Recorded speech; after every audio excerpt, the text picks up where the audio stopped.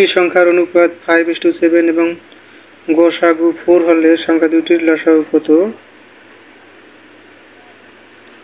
সমাধান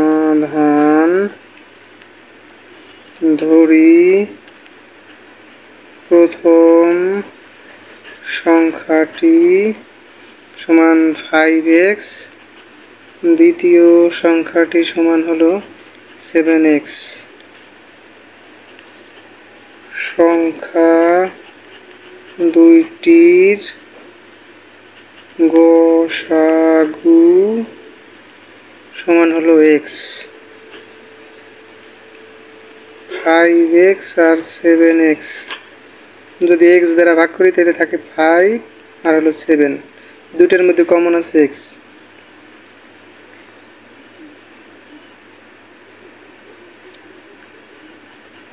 আবার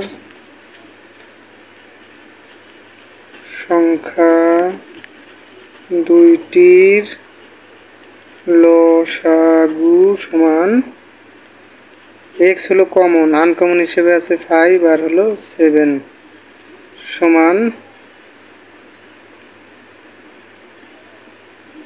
5 সাথে 35x।